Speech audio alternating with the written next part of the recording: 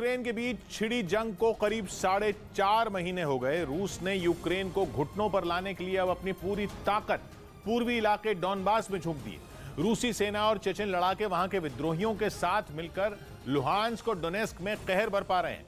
रूस की नजर सबसे पहले लुहांस्क के सेवेरोडोनेस्क शहर पर है, क्योंकि सेवेरोडोनेस्क कब्जे में आते ही डॉनबास पर कंट्रोल का रास्ता साफ हो जाएगा। इसके लिए रूस के सैनिक और चेचन लड़ाके मिलकर करीब 2 हफ्तों से शहर पर कब्जे की कोशिश कर रहे हैं। लेकिन सेवेरोडोनेस्क में भी उनका हाल ठीक मारियोपोल की तरह ही होता दिखाई दे रहा है। वही मारियोपोल जिस पर कब्जा जमाने में रूसी सेना और चेचन लड़ाकों को 3 महीने से ज्यादा वक्त लगा था। जंग की शुरुआत से ही भीषण हमले बोलने के बावजूद मारियोपोल पर पूरा कंट्रोल करने में रूस के सैनिकों और रमजान कादिरव के लड़ाकों के पसीने छूट गए थे।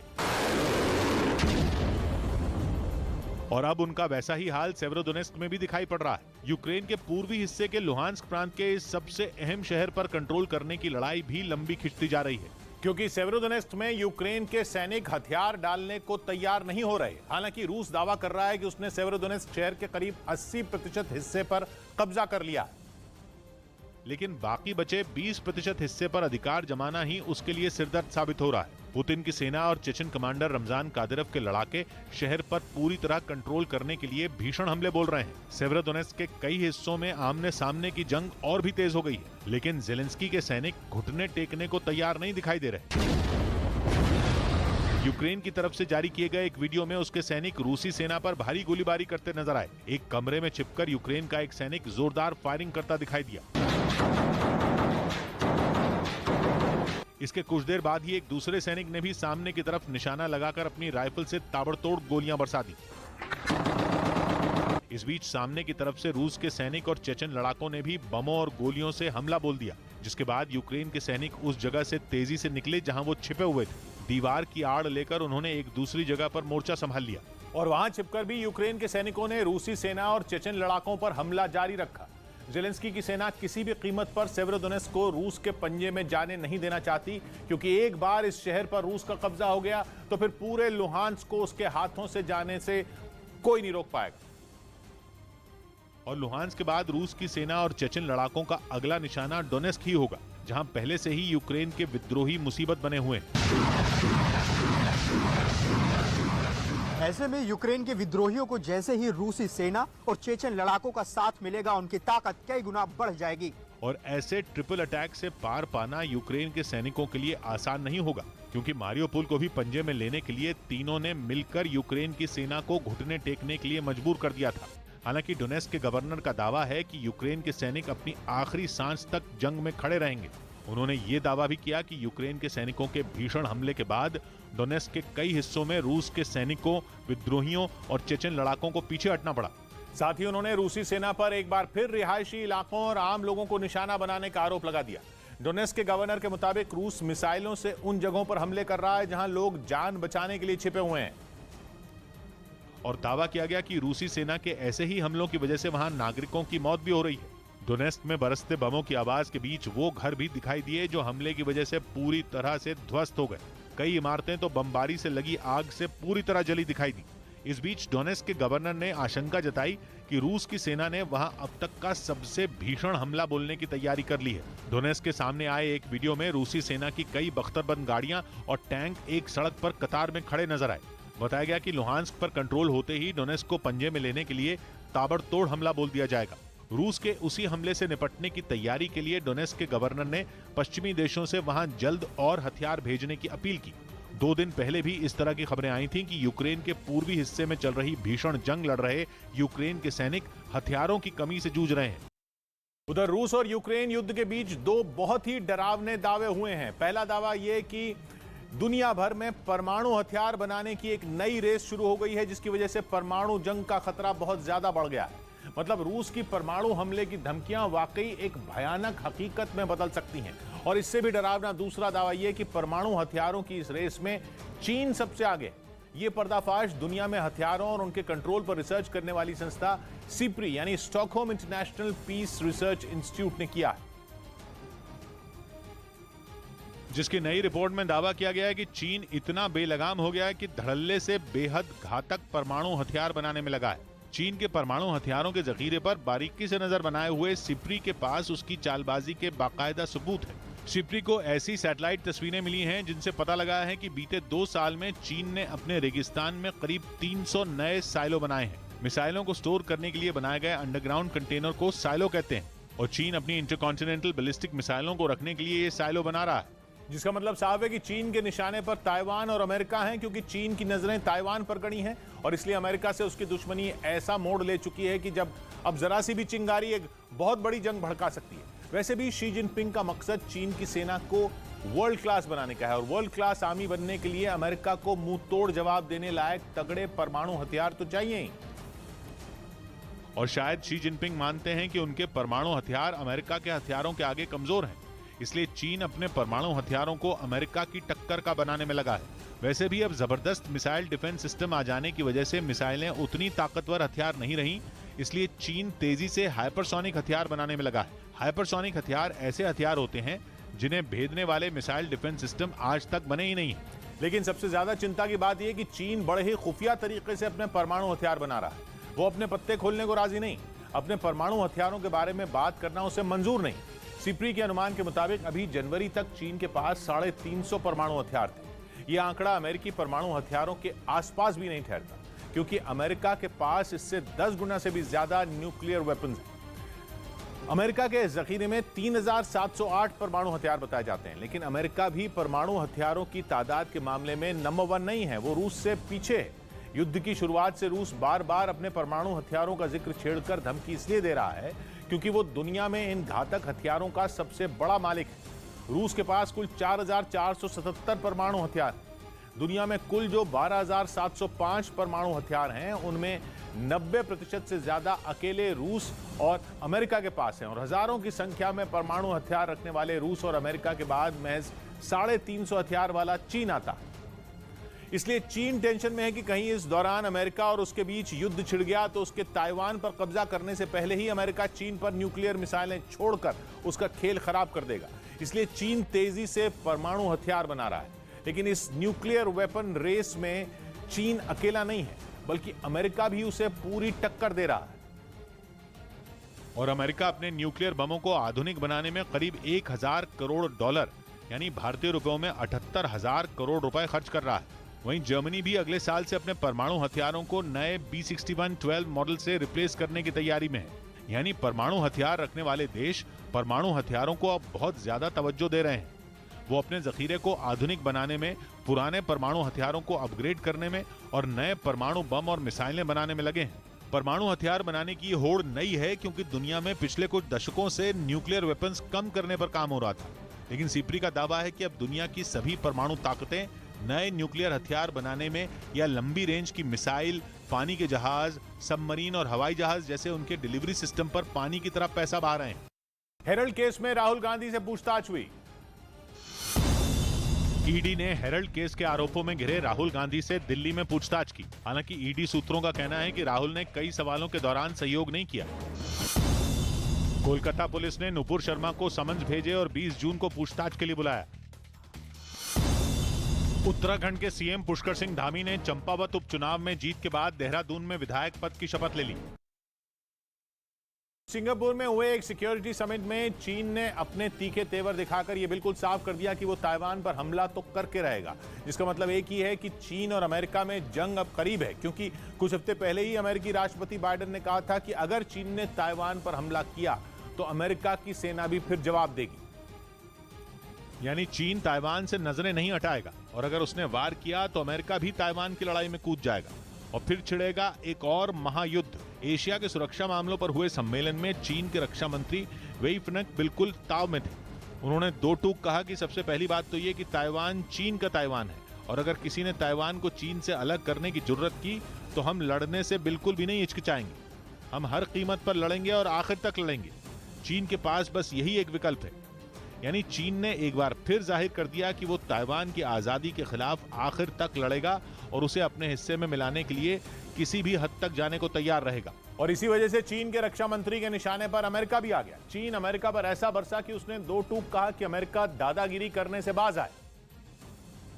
क्योंकि इससे पहले सिंगापुर में हुई इसी समिट में अमेरिका के रक्षा मंत्री लॉयड ऑस्टिन ने चीन को घेरते हुए कहा था कि चीन के आक्रामक और खतरनाक रवैये की वजह से हिंद और प्रशांत महासागर के इलाके की सुरक्षा और शांति खतरे में पड़ गई है। इस पर पलटवार करते हुए चीन के रक्षा मंत्री वई फनक ने कहा कि अमेरिका देशों को हाईजैक करने में लगा है और वो चीन के मामलों में दखल देना बंद कर दे। इधर पंजाबी सिंगर सिद्धू मूसेवाला हत्याकांड में महाराष्ट्र के पुणे का शार्प शूटर संतोष जाधव गिरफ्तार कर लिया गया। गुजरात के कच्छ से संतोष को उसके साथी नवनाथ सूर्यवंशी के साथ पकड़ा गया, जिसके बाद दोनों को 20 जून तक पुलिस रिमांड में भेज दिया गया। पुलिस का दावा है कि सिद्धू मूसेवाला मर्डर केस में अलग अलग राज्यों से शार्प शूटर बुलाए गए थे, जिनमें पुणे का संतोष जाधव भी शामिल था। संतोष जाधव और नवनाथ सूर्यवंशी को दिल्ली पुलिस ने मूसेवाला की हत्या में शामिल बताया था, जिसके बाद से ही दोनों की तलाश की जा रही थी।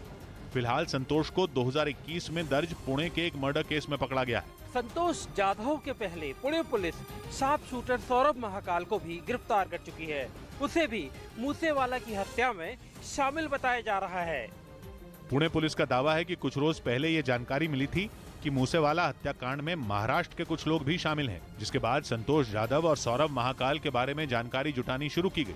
और जांच में यह पता चला कि संतोष जाधव एक मर्डर केस में फरार है, लेकिन इस बीच पुलिस ने सौरभ महाकाल को पुणे से ही गिरफ्तार कर लिया। दावा है कि महाकाल से हुई पूछताछ से मिले सुराग से ही पुलिस संतोष जाधव तक पहुंच सकी।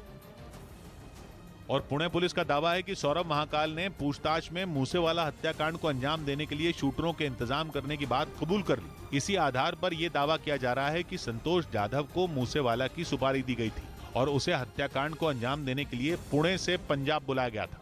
जांच के दौरान संतोष जाधव का महाराष्ट्र के कुख्यात गैंगस्टर अरुण गवली गैंग से भी कनेक्शन सामने आया। पुणे पुलिस के हाथ संतोष जाधव की तस्वीरें लगी हैं, जिनमें वो अरुण गवली की पत्नी आशा गवली के साथ दिखाई दे रहा है। संतोष की जब क्राइम कुंडली खंगाली गई तो पता चला कि वो एक शातिर कॉन्ट्रैक्ट किलर है, जिसने कुछ साल पहले ही अपराध की दुनिया में कदम रखा था, लेकिन एक बार अपराध की तरफ बढ़ने के बाद उसने फिर दोबारा मुड़कर पीछे नहीं देखा और वो एक के बाद एक वारदात को अंजाम देता चला गया। और इसी वजह से संतोष जाधव थोड़े ही वक्त में अपराध की दुनिया का एक बड़ा नाम बन गया। पुलिस का दावा है कि संतोष जाधव ने पुणे के पोखरी गांव के स्कूल से 9वीं क्लास तक पढ़ाई की है। 10वीं क्लास में पढ़ने के दौरान उसके पिता की मौत हो गई थी, जिसके बाद वो अपराध की दुनिया की तरफ मुड़ गया और वो आए दिन किसी न किसी के साथ मारपीट करने लगा। उस पर गुंडागर्दी और भाई बनने की सनक चढ़ गई। और तो और संतोष जाधव दोस्तों के बीच अंडरवर्ल्ड पर बनी फिल्मों के डायलॉग बोला करता था। और अपराध की दुनिया में कदम रखने के बाद संतोष जाधव तेजी से बढ़ने लगा। देखते ही देखते उस पर वसूली और मारपीट समेत कई केस दर्ज हो गए। लोकल गुंडे के तौर पर मशहूर हुआ तो वो गवली गैंग से जुड़ गया और फिर इसी गैंग के लिए हफ्ता वसूली का काम करने लगा। गले में चेन, आंखों पर चश्मा और कॉलर खड़े करके लोगों को धमकाना संतोष जाधव की पहचान बन गई। इसी बीच उसने अगस्त 2021 में अपने साथियों के साथ मिलकर ओमकार नाम के एक शख्स की हत्या कर दी और फिर फरार हो गया। दावा किया जा रहा है कि पुणे में हत्या करने के बाद वो कई महीनों तक राजस्थान और पंजाब में रहा। इसी दौरान संतोष जाधव लॉरेंस बिश्नोई गैंग के संपर्क में आया और गैंग के लिए शार्प शूटर का काम करने लगा। बिश्नोई गिरोह से जुड़कर भी संतोष जाधव ने पंजाब और राजस्थान में कई वारदात को अंजाम दिया। पुलिस का दावा है कि इसी वजह से उसका नाम मूसेवाला हत्याकांड से जुड़ रहा है, क्योंकि पुणे पुलिस का दावा है कि संतोष बेहद शातिर शार्प शूटर है और वो सुपारी किलिंग में भी माहिर है। पंजाब पुलिस को शक है कि मूसेवाला की हत्या के लिए कई दूसरे राज्यों से शार्प शूटर बुलाए गए थे और अभी तक 8 संदिग्ध शार्प शूटरों की लिस्ट जारी की जा चुकी है, जिनमें पुणे का सौरभ महाकाल, संतोष जाधव और बठिंडा का हरकमल रानू शामिल है। हरकमल रानू को पंजाब पुलिस नशेड़ी बताकर मूसेवाला की हत्या में शामिल होने से इनकार कर चुकी है, जबकि सौरभ महाकाल के हत्या में शामिल होने से दिल्ली पुलिस इनकार कर चुकी है। लेकिन संतोष जाधव के पकड़े जाने के बाद हत्याकांड की गुत्थी सुलझने की उम्मीद जगी है। पंजाब पुलिस की एक टीम संतोष से पूछताछ के लिए पुणे निकल चुकी है और दावा किया जा रहा है कि पूछताछ के बाद हत्याकांड की पूरी सच्चाई सामने आएगी। फिलहाल मूसेवाला हत्याकांड में पंजाब पुलिस के हाथ खाली हैं। पंजाब पुलिस ने 4 शार्प शूटरों की शिनाख्त जरूर की है, लेकिन अभी तक कोई नहीं पकड़ा गया। हालांकि हत्याकांड में शामिल कातिलों को पनाह देने वाले और उनकी मदद करने वाले 8 लोग जरूर पकड़े गए हैं, जिनमें मूसेवाला की रेकी करने वाला हरियाणा का संदीप केकड़ा भी शामिल है। यूपी में बुलडोजर की कार्रवाई पर मुस्लिम पर्सनल लॉ बोर्ड ने सवाल उठाए। All India Muslim personal law board ने यूपी में बुलडोजर की कार्रवाई पर सवाल उठाए और आरोप लगाया कि सरकार बिना जुर्म के ही सजा देने में जुट गई है। जम्मू के अरनिया सेक्टर में फिर पाकिस्तानी ड्रोन दिखाई दिया, जिसके बाद बीएसएफ के जवानों ने उस पर फायरिंग कर दी। हालांकि फिर इस ड्रोन के भागने पर वहां तलाशी अभियान चलाया गया। दिल्ली हाईकोर्ट ने केंद्रीय मंत्री अनुराग ठाकुर और सांसद प्रवेश वर्मा के खिलाफ एफआईआर दर्ज करवाने की मांग खारिज कर दी। लेफ्ट नेता बृंदा करात ने इन नेताओं पर भड़काऊ भाषण देने के आरोप लगाते हुए ये याचिका दायर की थी। और अब आगे देखिए देश दुनिया की 20 बड़ी खबरें। नेशनल हेराल्ड मामले में आज फिर ईडी राहुल गांधी से पूछताछ करेगी। एक दिन पहले राहुल गांधी से 8 घंटे तक लंबी पूछताछ चली। उनसे 2 दौर में सवाल जवाब हुआ। मनी लॉन्ड्रिंग केस में राहुल को ईडी ने पहले 2 जून को पेश होने को कहा था, लेकिन विदेश में होने के चलते राहुल गांधी पेश नहीं हो पाए। ईडी के दूसरे नोटिस के बाद राहुल गांधी अपना बयान दर्ज करवाने पहुंचे थे। उत्तर प्रदेश के अमेठी के कैराना गांव में एक विमान हादसा हो गया। वहां पर ट्रेनिंग लिए उड़ान भरने वाले विमान का इंजन अचानक खराब हो गया, जिसके बाद एयरक्राफ्ट की इमरजेंसी लैंडिंग करवानी पड़ी। इस दौरान विमान का अगला हिस्सा बुरी तरह से क्षतिग्रस्त हो गया। हालांकि उसमें सवार ट्रेनी पायलट बाल बच गया। इस हादसे की वजह की जांच शुरू हो चुकी है। जम्मू कश्मीर में सुरक्षा बलों के हाथ बड़ी कामयाबी हाथ लगी है। पिछले 24 घंटे में सुरक्षा बलों ने 4 आतंकियों को ढेर कर दिया है।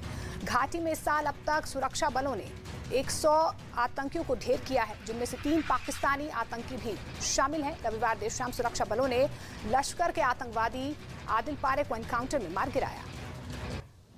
उत्तर प्रदेश के गोंडा में मां की डांट से नाराज होकर एक 12 साल की लड़की बिजली के टावर पर चढ़ गई।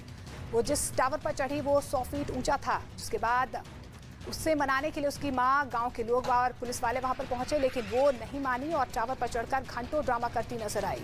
गांव वालों का ये कहना है कि लड़की की मानसिक स्थिति ठीक नहीं है और इसी वजह से उसने ये हरकत की। मध्य प्रदेश के पन्ना टाइगर रिजर्व में P141 नाम की बाघिन ने 2 शावकों को जन्म दिया। 4 दिन पहले ही वहां पर 2 बाघों की मौत की खबर से हड़कंप मच गया था, लेकिन 2 शावकों के जन्म ने उस कमी को एक हद तक पूरा कर दिया। इन दोनों शावकों के जन्म के बाद रिजर्व में 75 से अधिक बाघ हो गए हैं। मध्य प्रदेश के इंदौर में लेडी गैंग का खौफ देखने को मिला है। यहाँ पर इस गैंग ने एक लड़की की सड़क पर जमकर मारपीट की, जिसका वीडियो वायरल हो गया। पीड़ित ने पुलिस से इस बात की शिकायत की है और ये बताया कि 4 लड़कियों ने उसे सिर्फ इसलिए पीटा क्योंकि उसने उन्हें घूर कर देखा था। पुलिस इस लेडी गैंग की तलाश कर रही है और जांच में जुट गई है। उत्तर प्रदेश के देवबंद में प्रशासन ने भूमाफिया पर कड़ी कार्रवाई की है। वहां पर प्रशासन ने अवैध कॉलोनियां गिरा दी। उनका ये कहना है कि ये कॉलोनियां नक्शा पास कराते समय नहीं थी और उन्हें अवैध तरीके से बनाया गया है, जिसकी वजह से उन पर बुलडोजर चलाया गया। राज्य सरकार के आदेश में उत्तर प्रदेश में लगातार ऐसे लोगों पर कार्रवाई की जा रही है जिन्होंने सरकारी जमीन हथिया ली है और उस पर ठिकाना बनाया। उत्तर प्रदेश के मुजफ्फरनगर में एक चलती कार में अचानक आग लग गई। घटना देर शाम की बताई जा रही है, जब मुजफ्फरनगर से देहरादून जा रही एक कार में अचानक आग लग गई, जिसके बाद अफरा तफरी मच गई। कार में सवार 2 लोगों ने कूदकर अपनी जान बचा ली। वहीं कार पूरी तरह से जल गई। कार के ड्राइवर का ये कहना है कि घटना शॉर्ट सर्किट की वजह से हुई है। उत्तराखंड के काशीपुर में एक पुलिस वाले ने इंसानियत की मिसाल पेश की है। वहां पर एक पुलिस वाले ने अपनी ड्यूटी के दौरान एक मासूम की जान बचा ली, जिसकी सीसीटीवी फुटेज भी सामने आई है, जिसमें देखा गया है कि चौराहे से गुजर रहे रिक्शा से अचानक एक बच्चा जमीन पर गिर गया, जिसके बाद कांस्टेबल ने फुर्ती दिखाई और सामने से आ रही बस को रोका और बच्चे को गोद में उठा लिया। लखनऊ में एक महिला के घर पर फायरिंग करने और बम फेंकने का वीडियो सामने आया है। बताया गया है कि जानकीपुरम इलाके में कुछ लोग महिला के घर पहुंचे और कॉल बेल दबाई और जैसे ही दरवाजा खुला उस पर फायरिंग कर दी गई। यही नहीं, बम से भी हमला किया गया। घटना सीसीटीवी कैमरे में कैद हो गई है, जिसके आधार पर जांच की जा रही है। उत्तर प्रदेश के फतेहपुर में एक ओवरलोडेड डंपर में अचानक आग लग गई। इस दौरान ड्राइवर ने उसमें कूदकर अपनी जान बचा ली है। डंपर में आग लगने के बाद 1 घंटे तक यातायात यहां पर प्रभावित रहा और करीब 5 घंटे तक जाम लगा रहा। ड्राइवर का ये कहना है कि आग शॉर्ट सर्किट की वजह से लगी है, जिसे बुझाने में गांव वालों के पसीने छूट गए। उत्तर प्रदेश के सहारनपुर में पुलिस की 3 शातिर बदमाशों से मुठभेड़ हो गई। पुलिस ने उन्हें गिरफ्तार कर लिया है और उनके पास से करीब 80,000 रुपए और एक फोन बरामद किया गया है। इन तीनों बदमाशों की तलाश इसी महीने की 8 तारीख को हुई लूट की वारदात के बाद हो रही थी। इस घटना में आरोपियों ने करीब 2 लाख रुपए की लूट की थी। दिल्ली के पास नोएडा में पुलिस ने चीन के 2 नागरिकों को गिरफ्तार किया है। पुलिस ने बताया कि चीन के ये दोनों नागरिक बिना वीजा के बिहार बॉर्डर के रास्ते घुसे थे। जांच में पता लगा है कि दोनों ग्रेटर नोएडा में अपने एक दोस्त के पास रह रहे थे, जिन्हें पुलिस ने पकड़ लिया। पता चला कि चीन के दोनों नागरिकों ने अपने वीजा पर गलत तारीख डाली थी। नैनीताल घूमने आने वाले लोगों को नैना देवी के दर्शन करने के लिए साड़ी या सूट ही पहनना होगा। मंदिर के मैनेजमेंट ने बाहर एक बोर्ड लगा दिया है जिस पर लिखा गया है कि मंदिर में मर्यादित और शालीन वस्त्र पहनकर ही घुसे। मंदिर प्रबंधन का ये कहना है कि ऐसा इसलिए किया गया है ताकि स्थानीय लोगों की धार्मिक भावनाओं को ठेस न पहुंचे। गुजरात के जामनगर में गाय के हमले में बुजुर्ग की दर्दनाक मौत हो गई। पूरी घटना सीसीटीवी कैमरे में रिकॉर्ड हुई है। वीडियो में देख सकते हैं कि किस तरह से सड़क पर घूम रही गाय अचानक से बुजुर्ग शख्स के पास आती है और हमला कर देती है। 40 सेकंड के इस वीडियो में गाय बुजुर्ग पर तब तक हमला करती रहती है जब तक बुजुर्ग शख्स की मौत नहीं हो जाती। उज्जैन में हुई बारिश से महाकाल मंदिर के अंदर पानी भर गया। यहां पर मंदिर में पानी घुसने से अफरा तफरी मच गई। पानी बाबा महाकाल के गर्भगृह के सामने नंदी हॉल तक पहुंच गया। इसके अलावा गणेश मंडप के पास ऊपर से झरना बहने लगा। मंदिर में पानी भरने की वजह से भक्तों को काफी परेशानियों का सामना करना पड़ा। मंदिर समिति ने जैसे तैसे वाइपर से पानी निकालकर स्थिति संभालने की कोशिश की। इस बीच कई श्रद्धालुओं का प्रवेश भी रोका गया। महाराष्ट्र के औरंगाबाद में हथियारबंद बदमाशों ने 2 युवकों पर हमला कर दिया। इस हमले की पूरी वारदात सीसीटीवी कैमरे में रिकॉर्ड हो गई है। सीसीटीवी वीडियो में हथियारबंद बदमाश 2 युवकों पर हमला करते नजर आ रहे हैं। इस हमले में दोनों युवक बुरी तरह से घायल हो गए जिन्हें इलाज के लिए अस्पताल में भर्ती करवाया गया। ये पूरी घटना औरंगाबाद के शेकटा इलाके की बताई जा रही है। वहीं पुलिस आरोपियों की तलाश कर रही है। बॉलीवुड अभिनेत्री श्रद्धा कपूर के भाई सिद्धांत कपूर को बेंगलुरु के एक होटल में चल रही पार्टी में पुलिस छापेमारी के दौरान हिरासत में लिया गया है। बेंगलुरु पुलिस के मुताबिक वो कथित तौर पर ड्रग्स का सेवन करने वाले 6 लोगों में शामिल है। पुलिस के मुताबिक यहां पर पार्टी चल रही थी। रिपोर्ट में जिन 6 लोगों के ड्रग्स कंज्यूम करने की पुष्टि हुई है उनमें से एक सैंपल अभिनेत्री श्रद्धा कपूर के भाई सिद्धांत कपूर का भी था। पुणे पुलिस ने बड़ी कार्रवाई की है। पुणे शहर की पुलिस ने एक कबाड़ के कारोबारी को हिरासत में लिया है। इनके पास से 1105 गोलियां बरामद की गई है। जानकारी पुणे पुलिस की ओर से दी गई है। पुलिस ने बताया कि दिनेश उत्तर प्रदेश के प्रतापगढ़ जिले का रहने वाला है जो लंबे समय से पुणे में रह रहा था। पुलिस की जानकारी के अनुसार कबाड़ी के पास से 1105 गोलियां समेत 56 जिंदा कारतूस के साथ साथ 79 ऐसे कारतूस हैं जो काम नहीं कर रहे थे और 970 बुलेट लीड बताई जा रही है। यूपी के बदायूं में कर्मचारी को अस्पताल के अंदर पार्किंग शुल्क महंगा पड़ गया। एक महिला ने कर्मचारी की चप्पल से पिटाई कर दी। पिटाई का ये वीडियो सोशल मीडिया पर वायरल हो गया है। जब महिला पिटाई कर रही थी तो मौके पर पुलिस भी थी। पुलिस के सामने ही पार्किंग संचालक को चप्पलों से महिला पीटती रही। ये पूरी घटना सदर कोतवाली क्षेत्र की बताई जा रही है।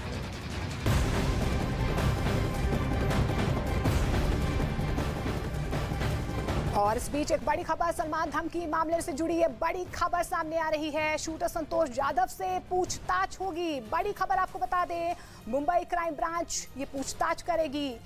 क्राइम ब्रांच की टीम पुणे जाएगी। ये बड़ी खबर निकल कर आ रही है। आपको बता दें कि क्राइम ब्रांच की टीम पुणे जाएगी और सूत्रों के हवाले से बड़ी खबर न्यूज़ 18 के आशीष सिंह की ये बड़ी खबर। शूटर संतोष जाधव से पूछताछ हो गई। मुंबई क्राइम ब्रांच ये पूछताछ करेगी और क्राइम ब्रांच की टीम पुणे जाएगी। आपको बता दें संतोष जाधव की गिरफ्तारी के बाद कई खुलासे हो रहे हैं और इस बीच अब सलमान खान को जो धमकी मिली थी उसको लेकर संतोष जाधव से पूछताछ की जाएगी। दुनिया को भुखमरी की चपेट में ले जाने के लिए पुतिन के गेम प्लान का पर्दाफाश हुआ है। पश्चिमी मीडिया ने दावा किया कि पुतिन के इस प्लान को अंजाम तक पहुंचाने के लिए रूसी सेना यूक्रेन में गेहूं के खेतों को आग लगाने वाले बमों से निशाना बना रही है, जिसका मतलब यह कि रूस जानबूझकर दुनिया के सामने अनाज का संकट पैदा करना चाहता है ताकि जंग में वो बेहतर तरीके से मोलभाव कर पाए। पश्चिमी मीडिया के मुताबिक यूक्रेन और उसके सहयोगियों को झुकाने के लिए रूस उन्हें अनाज के लिए तड़पाना चाहता है। और इसकी गवाही यूक्रेन से सामने आई उन तस्वीरों ने दी जिनमें रूसी सेना खेतों को निशाना बनाकर ताबड़तोड़ बम बरसाती नजर आई, जिसके बाद यूक्रेन के सैनिक गेहूं के खेतों में लगी आग को बुझाते दिखाई दिए।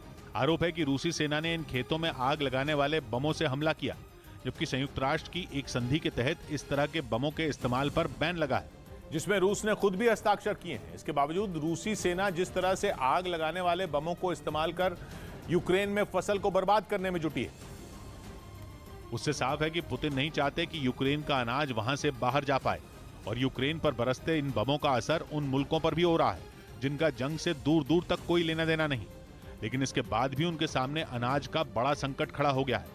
या यूं कहें कि जंग की वजह से करोड़ों लोगों के सामने भूखों मरने की नौबत आ गई है। ऐसा इसलिए क्योंकि यूक्रेन गेहूं और खाना पकाने के तेल से लेकर कई दूसरे अनाज का भी बड़े पैमाने पर निर्यात करता है, लेकिन परेशानी यह है कि एक ओर पुतिन की सेना खेतों में लगी फसल को आग लगा रही है, वहीं दूसरी ओर रूस ने काला सागर के रास्ते होने वाले यूक्रेन के निर्यात को पूरी तरह से ठप कर दिया है। इसी वजह से यूक्रेन का अनाज दुनिया के दूसरे देशों तक नहीं पहुंच पा रहा, क्योंकि काला सागर में रूस के जंगी जहाजों और पनडुब्बियों ने पूरी तरह से किलेबंदी कर रखी है, जिससे वहां से गुजरने वाले तमाम जहाज फंसे हुए हैं। इस बीच कुछ अंतर्राष्ट्रीय एजेंसियों का मानना है कि कई देशों में गेहूं का स्टॉक खत्म होने की कगार पर है। और अगर युद्ध कुछ दिनों तक ऐसे ही चलता रहा और रूस अपनी जिद पर अड़ा रहा तो पूरी दुनिया में अनाज संकट से हाहाकार मच जाएगा। खबर है कि 2 करोड़ टन गेहूं यूक्रेन के बंदरगाहों पर फंसा है, जिसे रूस निकलने नहीं दे रहा। दर्जनों देश ऐसे हैं जहां इसका बड़ी शिद्दत से इंतजार किया जा रहा है। हालांकि दुनिया को अनाज संकट से निकालने के लिए कुछ रोज पहले इटली के प्रधानमंत्री ने रूसी राष्ट्रपति पुतिन के साथ बैठक भी की थी, जिसमें इस मुद्दे पर चर्चा की गई थी। लेकिन इस बैठक के दौरान रूस ने यह साफ कह दिया कि वो काला सागर से निर्यात तभी होने देगा जब पश्चिमी देश उस पर लगे सारे प्रतिबंध हटा देंगे। मतलब ये कि रूस काला सागर में अपनी ताकत के दम पर पश्चिमी देशों को झुकाने में जुटा है, क्योंकि यूक्रेन दुनिया के कई देशों को गेहूं के साथ कई दूसरे तरह का अनाज भी भेजता है। इनमें अफ्रीका और मध्य एशिया के कई देश शामिल हैं। यूएन के खाद्य और कृषि संगठन के मुताबिक यूक्रेन दुनिया का 5वां सबसे बड़ा गेहूं निर्यात करने वाला देश है और दुनिया के बाजार में उसकी हिस्सेदारी करीब 10% है। इसके अलावा यूक्रेन मक्का और सूरजमुखी का तेल भी बड़े पैमाने पर दूसरे देशों को भेजता है, लेकिन उसके तमाम बंदरगाहों पर रूस का कब्जा है और इसी वजह से अनाज की सप्लाई ठप है। और जंग ऐसे ही चलती रही तो दुनिया भर में 81 करोड़ से ज्यादा लोगों के सामने भूखों मरने की नौबत आ सकती है। दुनिया में चल रहे अनाज के संकट को दूर करने और अपने गोदामों में पड़े अनाज को बेचने के लिए यूक्रेन ने एक्सपोर्ट के 2 नए रूट बनाए। अब यूक्रेन अपने पड़ोसियों पोलैंड और रोमानिया के जरिए अनाज एक्सपोर्ट करेगा। हालांकि यूक्रेन का कहना है कि इस नए रूट पर आ रही दिक्कतों ने भी सप्लाई चेन को धीमा कर दिया है। लेकिन फिर भी इससे यूक्रेन के अनाज को दुनिया के दूसरे हिस्सों तक पहुंचाने और उससे खाने के संकट के खत्म होने की उम्मीद तो बंधी है। यूक्रेन जंग की वजह से एक्सपोर्ट पूरी तरह नहीं हो पा रहा, जिससे अनाज की किल्लत हो रही है और उसके दाम आसमान छू रहे हैं। वहीं यूक्रेन अनाज का दुनिया का 4था सबसे बड़ा एक्सपोर्टर है। उसका कहना है कि उसके गोदामों में करीब 3 करोड़ टन अनाज पड़ा हुआ है जो निर्यात ही नहीं हो पा रहा। इसलिए यूक्रेन अब उसे सड़क, नदी और रेल के रास्ते एक्सपोर्ट करने की कोशिश में है। पहले यूक्रेन अपने दक्षिण में मौजूद काला सागर से अनाज एक्सपोर्ट करता था, लेकिन अब रूस के जंगी जहाजों ने काला सागर में उसे बुरी तरह घेरा हुआ है। रूस यूक्रेन के बंदरगाहों पर ब्लॉकेड लगाकर उसका अनाज एक्सपोर्ट ही नहीं होने दे रहा। हालांकि रूस अनाज संकट का ठीकरा पश्चिमी देशों के प्रतिबंधों और यूक्रेन पर फोड़ रहा है, लेकिन दिक्कत पूरी दुनिया को हो रही है, जिसे सुलझाने के लिए यूक्रेन ने कमर कस ली। मगर परेशानी यह है कि यूक्रेन का रेल सिस्टम पोलैंड जैसे यूरोप के देशों के रेल सिस्टम से बिल्कुल अलग है। दोनों की ट्रेनें एकदम अलग गेज पर ऑपरेट करती हैं। इसलिए यूक्रेन को अपना अनाज पहले बॉर्डर पर लाना पड़ता है और फिर वहां से अलग अलग ट्रेनों में ट्रांसफर करना पड़ता है। बॉर्डर पर स्टोरेज का ज्यादा इंतजाम भी नहीं है, इसलिए यूक्रेन एस्टोनिया, लातविया और लिथुआनिया जैसे बाल्टिक देशों से भी तीसरा रूट बनाने के लिए बात कर रहा है। बढ़ते खाने पीने की वस्तुओं के दामों पर उन्होंने लगातार देश के मध्यम वर्ग, देश के नौकरी पेशा लोग, देश के गरीब, देश के दलित, देश के पिछड़े, देश के आदिवासी की आवाज उठाई और सरकार को घेरा, जिसका जवाब सरकार के पास नहीं, इसलिए श्री राहुल गांधी से परेशानी है।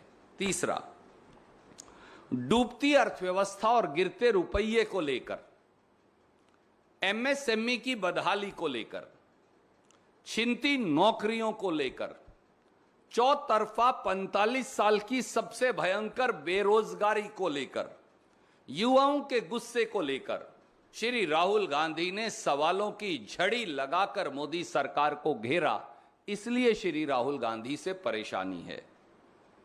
चौथी बात, कोरोना में जब मोदी जी ने अपनी जिम्मेवारी से मुंह मोड़ लिया, उस समय श्री राहुल गांधी ने समय रहते न केवल सरकार को चेताया, बल्कि सरकार को देर से ही सही कार्यवाही के लिए, मदद के लिए मजबूर किया।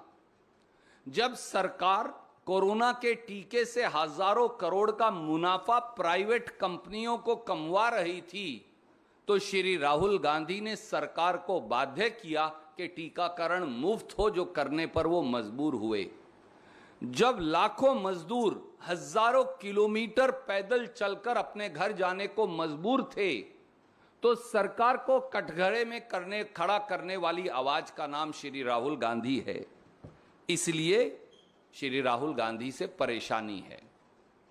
जब लाखों किसान न्याय की गुहार के लिए राजधानी दिल्ली के बाहर 8 महीने बैठे रहे, जब मोदी सरकार उन्हें आतंकवादी और नक्सलवादी बता रही थी, जब उनको अपराधी और देशद्रोही घोषित कर दिया गया था, जब उनके रास्ते में कील और कांटे बिछा दिए गए थे, जब 700 किसान कुर्बानी के लिए दिल्ली की सीमा पर मजबूर हो गए, तो ट्रैक्टर यात्रा कर किसान और खेत मजदूर की आवाज उठाकर और किसान की संसद में देश के 100 सांसद ले जाकर श्री राहुल गांधी ने किसान के साथ कंधे से कंधा मिलाकर किसान की आवाज उठाई और सरकार को मजबूर किया कि वो तीनों काले कानून वापस लेने पड़े। इसलिए श्री राहुल गांधी से परेशानी है। देश में नफरत के माहौल के खिलाफ, भाईचारे व अनेकता में एकता के विचार के लिए एकमात्र आवाज जिसने सरकार की आंख में आंख डालकर कहा कि धर्मांधता और एक विषैले बंटवारे से ये देश और नफरत से इस देश का भला नहीं हो सकता, वह श्री राहुल गांधी हैं। उनको कटघरे में खड़ा कर दिया और बाद में फिर उन्होंने खिसियानी बिल्ली खंबा नोचे 2 प्रवक्ताओं को निकालकर माफी मांगनी पड़ी। इसलिए श्री राहुल गांधी से परेशानी है। प्रधानमंत्री जी, कभी आप एक प्राइवेट कंपनी के नुमाइंदे बनकर राफेल का ठेका फ्रांस में दिलवाते हैं और कभी एक प्राइवेट कंपनी का नुमाइंदा बनकर श्रीलंका में प्राइवेट कंपनी को बिजली का ठेका दिलवाने की सिफारिश करते हैं। श्री राहुल गांधी ने मुट्ठी भर उद्योगपतियों के नुमाइंदे बने प्रधानमंत्री से सवाल कर उनको कटघरे में खड़ा कर दिया। इसलिए श्री राहुल गांधी से परेशानी है। दोस्तों, क्रोनोलॉजी समझिए, देशवासियों क्रोनोलॉजी समझिए। मोदी सरकार ने बुखलाकर इलेक्शन मैनेजमेंट डिपार्टमेंट यानी ईडी के पीछे छिपकर आपकी सत्यनिष्ठा की आवाज पर हमला बोला है। यह हमला विपक्ष की उस निर्भीक आवाज पर है जो जनता के सवालों को दृढ़ता से सरकार के समक्ष रखते हैं और सरकार से जवाबदेही मांगते हैं, जो जनता के मुद्दों को भयमुक्त तरीके से निडरता से उठाते हैं। भाजपाई सत्ता की एजेंसियों के डर से कि कितने ही लोगों ने समझौता कर लिया, भाजपा में माफीनामा देकर शामिल हो गए, दूध के धुले बन गए। कितनों ने घुटने टेक दिए, कितनों ने अपनी आत्मा बेच दी। लेकिन श्री राहुल गांधी वो व्यक्ति हैं जिन्होंने सरकार की आंख में आंख डालकर जनता से सवाल उठाए। इसलिए उनसे परेशानी है। साथियों, दोस्तों, देशवासियों, ये हमला उसी निर्भीक आवाज पर है जो आपकी आवाज है। यह हमला जनता के मुद्दों पर है, कांग्रेस या श्री राहुल गांधी पर नहीं। यह हमला बेरोजगारों पर है, यह हमला गरीबों पर है, यह हमला मध्यम वर्ग पर है, यह हमला नौकरी पेशा लोगों पर है, यह हमला महिलाओं, युवाओं, दलितों, पिछड़ों, आदिवासियों पर है। यह हमला देश के संविधान से जुड़े मुद्दों पर सवाल पूछने पर है।